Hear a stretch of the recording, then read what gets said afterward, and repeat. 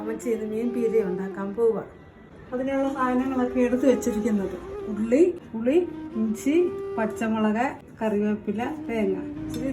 ഇത് എല്ലാം അരിഞ്ഞ് വെക്കാൻ പോവുക മീൻ പറ്റിക്കാനായിട്ട്.